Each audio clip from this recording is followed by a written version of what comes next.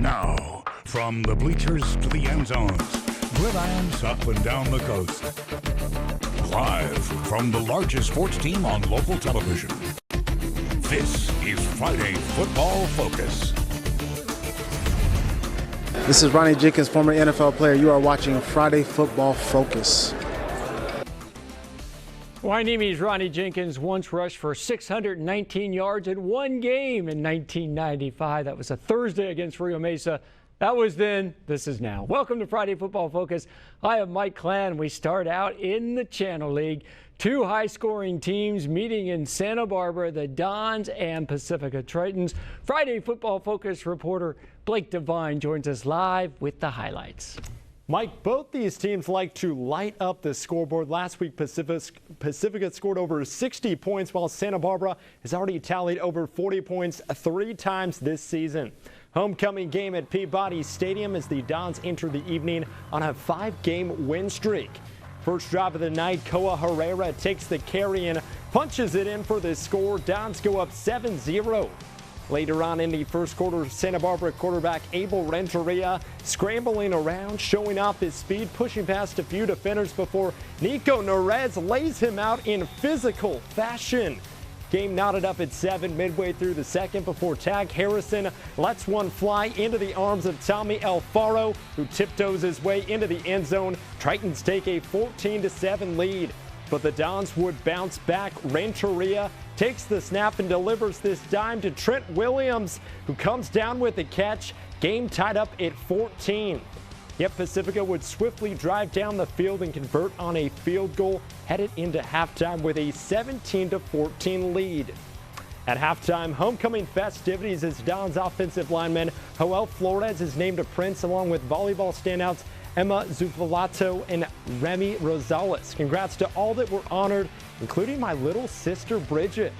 Back to the game, midway through the third, Harrison finds Salmon Taylor in the corner of the end zone. Tritons take a 24-14 advantage. Ensuing possession, Renteria decides to take it home himself for a touchdown. Dons trimmed down their deficit to 3. But the Tritons defense came up clutch when it mattered most, sealing the deal with a 24-21 victory, snapping Santa Barbara's 5-game win streak in the process.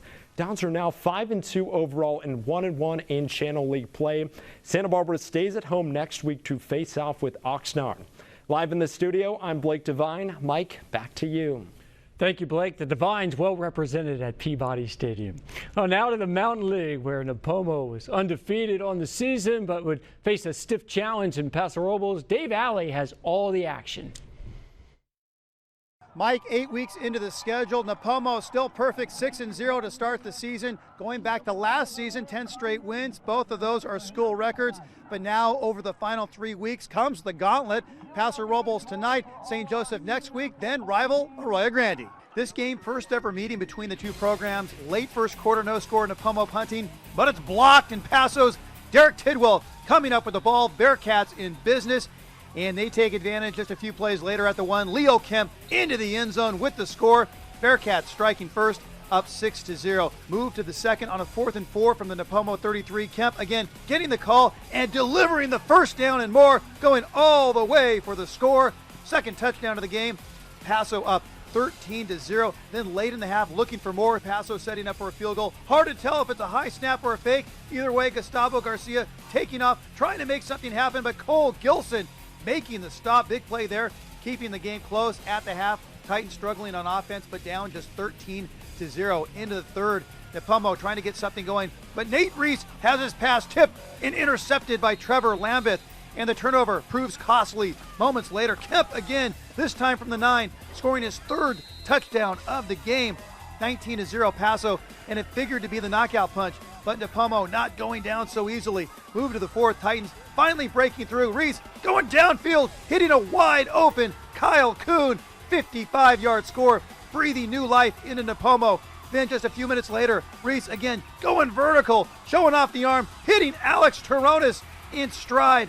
Another Nipomo touchdown. Suddenly, they're right back into the game, down just 19-12. Then late in regulation, minute to go, Titans with the ball and driving. But on a 4th and long, Reese has his pass fall to the ground, incomplete, sealing the win. For the Bearcats, Paso Robles holds off a furious Nipomo rally and beats the Titans 19-12.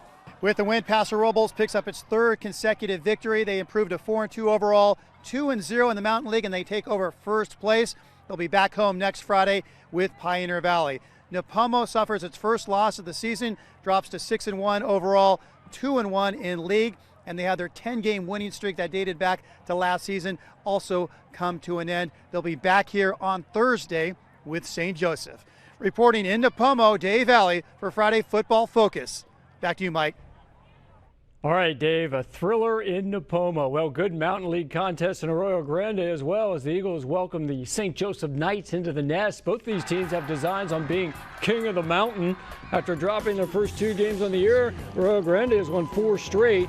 Fireworks right from the get-go. First play from scrimmage, and St. Joseph's Malachi Langley takes the handoff, gets to the outside, and see you later. 80-yard touchdown dash for the Knights, who lost a heartbreaker last week to Paso Robles to start the league. What a beginning for Langley and St. Joe. More from Langley. He rips off another big run.